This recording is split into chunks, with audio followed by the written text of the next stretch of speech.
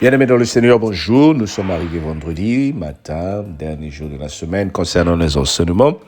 Nous sommes en train de continuer la l'étude sur le livre de Actes et nous lisons Actes chapitre 8, versets 11 jusqu'au 20. Lisons au nom du Seigneur. Ils l'écoutèrent attentivement parce qu'il avait longtemps étonnés par ces actes de magie. Mais quand ils eurent cru à Philippe, qui leur avait annoncé la bonne nouvelle du royaume de Dieu et du nom de Jésus-Christ, hommes et femmes se firent baptiser. Simon lui-même crut et après avoir été baptisé, il ne quittait plus Philippe.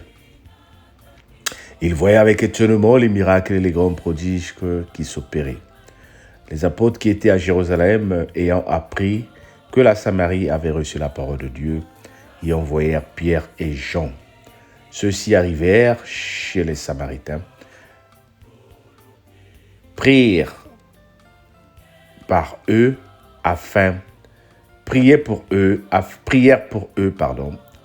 afin qu'ils reçussent le Saint-Esprit. Car il n'était pas encore descendu sur eux, sur aucun d'eux. Ils avaient seulement été baptisés au nom de Jésus-Christ. Alors Pierre et Jean leur imposèrent les mains et ils reçurent le Saint-Esprit. Lorsque Simon vit que le Saint-Esprit était donné par l'imposition des mains des apôtres, il leur offrit de l'argent en disant « Accorde-moi aussi ce pouvoir afin que celui à qui j'imposerai les mains reçoive le Saint-Esprit. » Mais Pierre lui dit « Que ton argent périsse avec toi, parce que tu as cru que le don du Saint-Esprit s'acquiert à prix d'argent. » Bien-aimés, nous sommes en train de continuer cette belle histoire, les œuvres des actes des apôtres. Nous voyons que l'apôtre, le diacre Philippe, lui, il s'est focalisé sur l'évangélisation au niveau de la Samarie où il a amené beaucoup de gens au Seigneur. Il a même rencontré un magicien qu'on appelait Simon. Et quand Simon a été convaincu, il a été évangélisé, il s'est donné à Jésus lui aussi, il était baptisé. Même ceux à qui il faisait la magie étaient obligés de le suivre pour devenir de nouveaux convertis. Mais que nous dit la Bible ici? Ils étaient seulement baptisés d'eau. Ils n'avaient pas reçu le Saint-Esprit. Vous allez remarquer au chapitre 2, quand nous avons commencé cette étude des actes des apôtres, Jésus, notre Seigneur, le Seigneur Jésus-Christ avait dit « Vous resterez à Jérusalem jusqu'à ce que vous ayez reçu le Saint-Esprit, afin qu'il descende sur vous. » Maintenant, ici, nous sommes en train de voir la continuité de les œuvres des apôtres. Philippe a baptisé, mais quand il a baptisé, il n'y avait pas encore l'Esprit qui était descendu sur les personnes qu'il avait baptisées. Il les avait baptisées d'eau seulement. Voilà pourquoi Jean-Baptiste disait, « Moi je vous baptise d'eau, mais viendra après moi celui qui vous baptisera du Saint-Esprit. » As-tu été baptisé d'eau, mais tu n'as pas reçu le Saint-Esprit? Je ne sais pas. Je ne juge pas le baptême que tu as reçu. Je ne condamne pas le baptême que tu as reçu. Es-tu né de nouveau? Est-ce que tu as reçu le Saint-Esprit de Dieu? Tu vas me demander, mais comment je veux recevoir le Saint-Esprit de Dieu? Nous sommes en train de voir ici que les apôtres envoyèrent Pierre et Jean pour aller imposer les mains. Voilà pourquoi il y a des actes qu'on appelle ordination, des actes qu'on appelle consécration, des actes qu'on appelle sanctification. Bien-aimé, le fait de recevoir le baptême ne fait pas de toi automatiquement une personne qui est née du Saint-Esprit. Il faut qu'on prie pour toi. Il faut qu'il y ait une personne qui va prier pour toi, les hommes de Dieu. Et généralement, ce n'est pas tout le monde. Ce n'est pas parce que tu es à l'église que tu as reçu le baptême, ça veut dire que tu as reçu le Saint-Esprit. Le Saint-Esprit, tu le reçois dans l'assemblée des hommes de Dieu par les anciens de l'Église, les pasteurs, les élus, les prêtres, qui vont déclarer des paroles de bénédiction. Vous êtes baptisés. Maintenant, mettez-vous à genoux. On va prier pour vous. Ils lèvent les mains, même s'ils sont en tenir la tête. Ils sont en train d'imposer les mains sur toi. Aujourd'hui, nombreux d'entre nous ne croient plus à l'imposition des mains. J'entends beaucoup les chrétiens qui disent « Moi, je ne peux pas permettre qu'un homme de Dieu mette les mains sur moi. » Parce que tu penses que la relation avec ton Dieu, c'est entre toi et Dieu seulement. Donc, tu sous-estimes l'autorité que Dieu a mise sur terre. Les hommes de Dieu. Je parle bien des vrais hommes de Dieu parce qu'il y a des fanfarons, il y a des corrompus,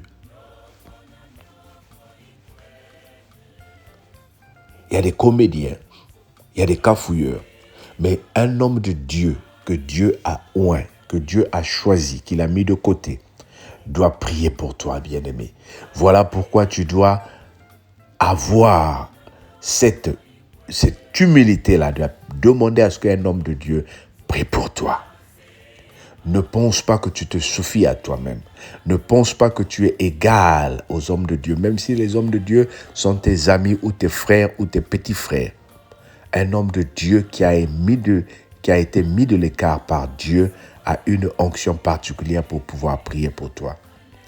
Alors, quand on dit, on va t'imposer les mains pour recevoir l'Esprit de Dieu, ne dis pas que je ne crois pas à ces choses-là. Et il y a une autre chose que je suis en train d'aimer ici.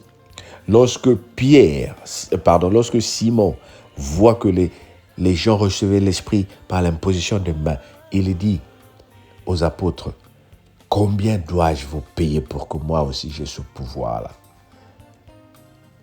Ça peut te surprendre qu'une personne pose une telle question ou émet une certaine envie, cette envie d'avoir une puissance. C'est ce qui se passe dans le monde aujourd'hui.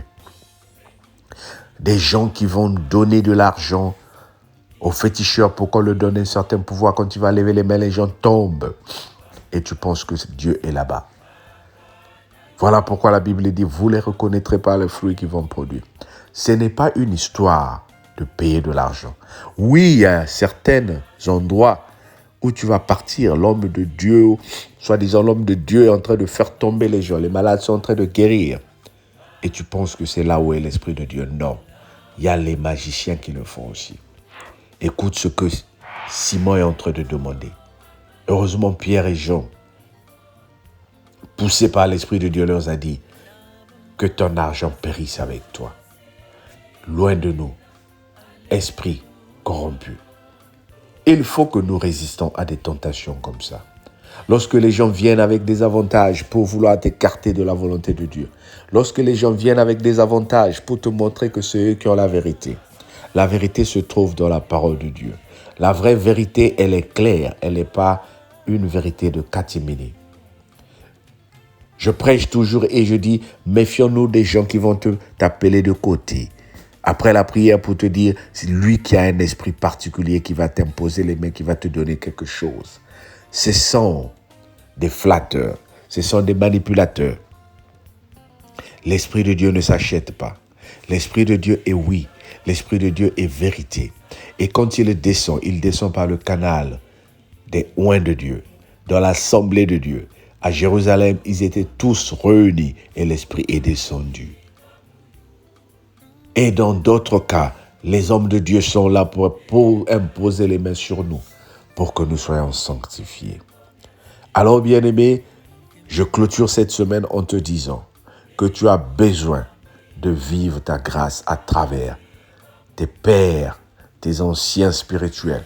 Ils doivent prier pour toi. C'est ton droit. Quand tu as un problème, confie-toi à un homme de Dieu.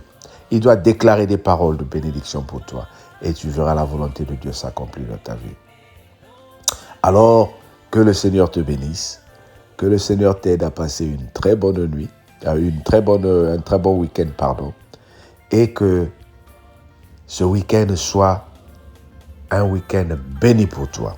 Ne reste pas comme ça, sans écouter la parole de Dieu. Samedi, demain, dimanche, repars sur YouTube, va écouter nos vidéos. Ça te fera du bien. Et partage aussi. Ça te fera et ça nous fera du bien. On se dit à lundi. Passe un bon week-end sous la grâce de notre Dieu. Sois béni au nom de Jésus. Amen.